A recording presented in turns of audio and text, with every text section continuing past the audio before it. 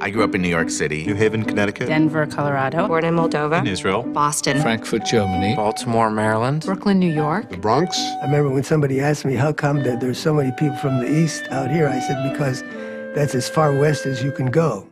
Coming to California was an opportunity to start over. Always had wanted to move to California. I wanted a Shabbat community. I wanted to start an internet company. Moving from the East Coast to the Bay Area was difficult. Not originally in any way an enthusiast. It's certainly a struggle here to participate Jewishly. On Passover, you couldn't find a store that sold matzahs. I hated it the first 6 months. A little more spread out, a little more hidden sometimes. A little bit more challenging to find it. I struggled. I went to different shuls and services. Once you find them, it's family all over again. San Francisco soon felt like home. And then I felt so free when I came to the Bay Area. There was this incredible openness. My idea of bohemian heaven. Hippies and peace and love. Just a little bit of less pressure. I was myself. I was in my element. That's a very special kind of environment. We're on a kind of frontier here. We loved the interest in innovation. Community of people who are seeking out the There future. are people looking for something new. No one's looking down on anybody, and no one's tisk-tisking. That has transformed my life. California was incredibly good to my family. We have this homegrown family now. It is where I belong. Here, who wants to fight? We're living in paradise.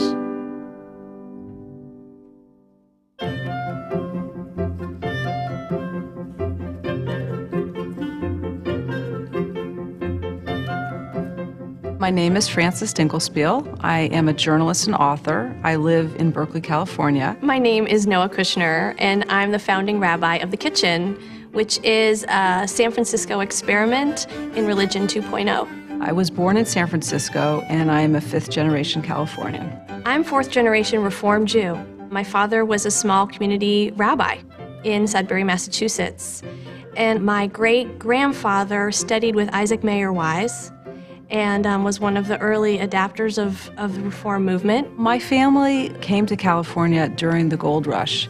My great-great-grandfather, Lazarus Dinkelspiel, came around 1850, and he became a peddler to the gold miners.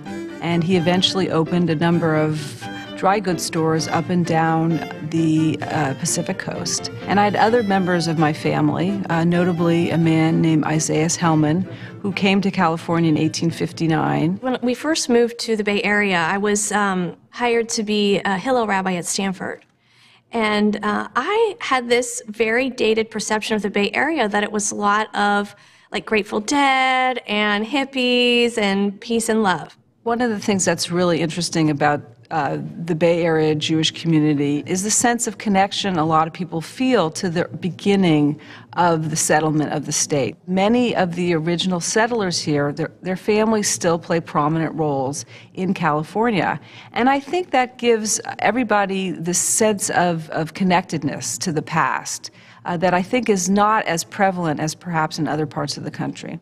We had students who, would come in to the Hillel and say, I'm kind of stressed because my company is going public today. And I realized, oh no, what's going on now here is invention. This is entrepreneurship. The center for Jewish life for me probably is Temple Emmanuel out on Arguello Boulevard.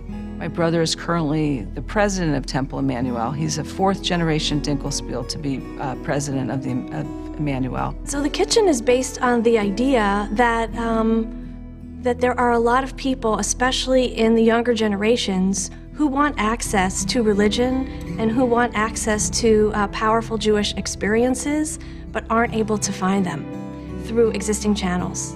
And so we said, what if we really made those channels much more informal? It's a beautiful building. It's an Arthur Brown building.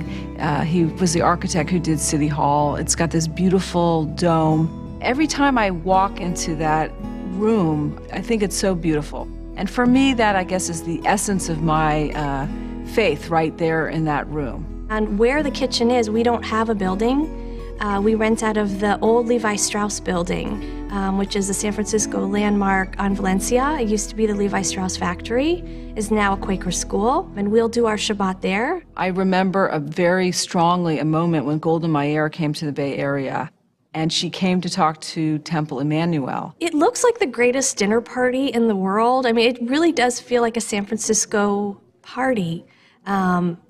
You have people of all ages, but we have people who are clearly coming from a design or an artistic background.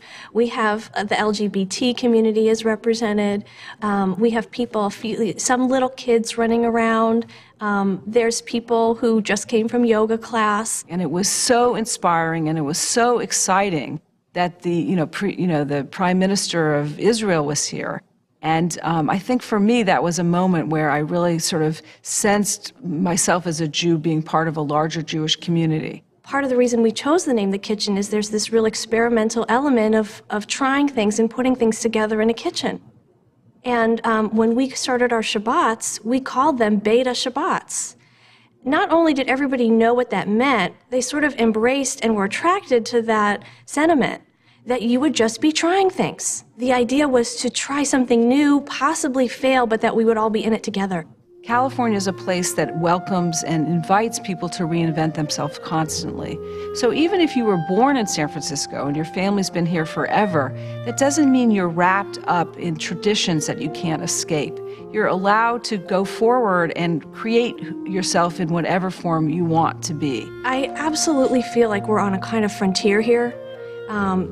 I think we're going to see the Californication, Jewishly, of the rest of the country. We already get calls. I already get calls from colleagues all around the country, I would say on a weekly basis. I've only been doing what I've been doing for maybe 2 years, but as one of my professors said, that's 2 years longer than anyone else has been doing it. California was incredibly good to my family, and I think all of us, in big ways and small ways, have tried to repay that by philanthropic donations, by volunteering, by creating new institutions, by just being generous and kind to our community. I feel Jewishly I have an obligation to the future. I think there's enough people in this world who are taking care of the past. I think that I'm not alone in feeling that giving back is really a central tenet of Jewishness. And what I hope to do in a grand way is inspire other people who want to create kitchen-like projects. And when there are 10 or 20, I always say, let 1,000 flowers bloom. When there are 10 other creative religious communities, each celebrating Shabbat in their own ways, all over San Francisco, then I'll really know I succeeded.